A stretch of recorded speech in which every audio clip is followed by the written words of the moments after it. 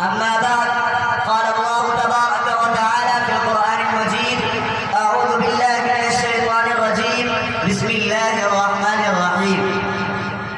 سبحان الذي أسرى بعبده ليلا من المسجد الحرام إلى المسجد الأقصى الذي باركنا حوله لنريه من آياتنا إنه هو السميع البصير.